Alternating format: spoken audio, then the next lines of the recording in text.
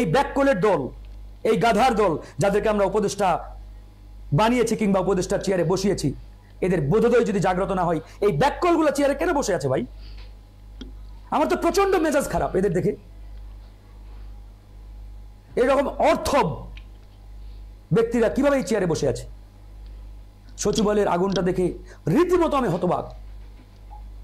আমি খোঁজ করলাম, আসিফও বলল যে আমরা 4000-এর মতো হাসিনার দুর্নীতিবাজ, করাপ্টেড আমলাদের তালিকা করেছিলাম, এবং এই তালিকা করা হয়েছিল স্থানীয় সরকার মন্ত্রণালয়ের মাধ্যমেই, এবং তারা এই তালিকার দায়িত্বে যে দপ্তরে ছিল ঠিক সেই দপ্তরকে টার্গেট করে তারা জ্বালিয়ে দিয়েছে, পুড়িয়ে দিয়েছে।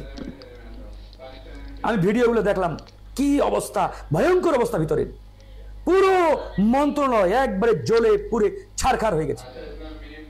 কোনো ডকুমেন্টস তারা রাখে নাই। সিসিটিভি ফুটেজ সেটাও জ্বালিয়ে পুড়িয়ে দিয়েছে। সিসিটিভির একটা ভিডিও পাবেন না, কারণ এটা পরিকল্পিত, তারা আগেই সব কাম সারা।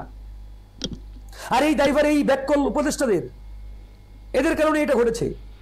আমি তো বলছি এদের প্রাপ্য ছিল এটা, এরা এটার প্রাপ্য ছিল।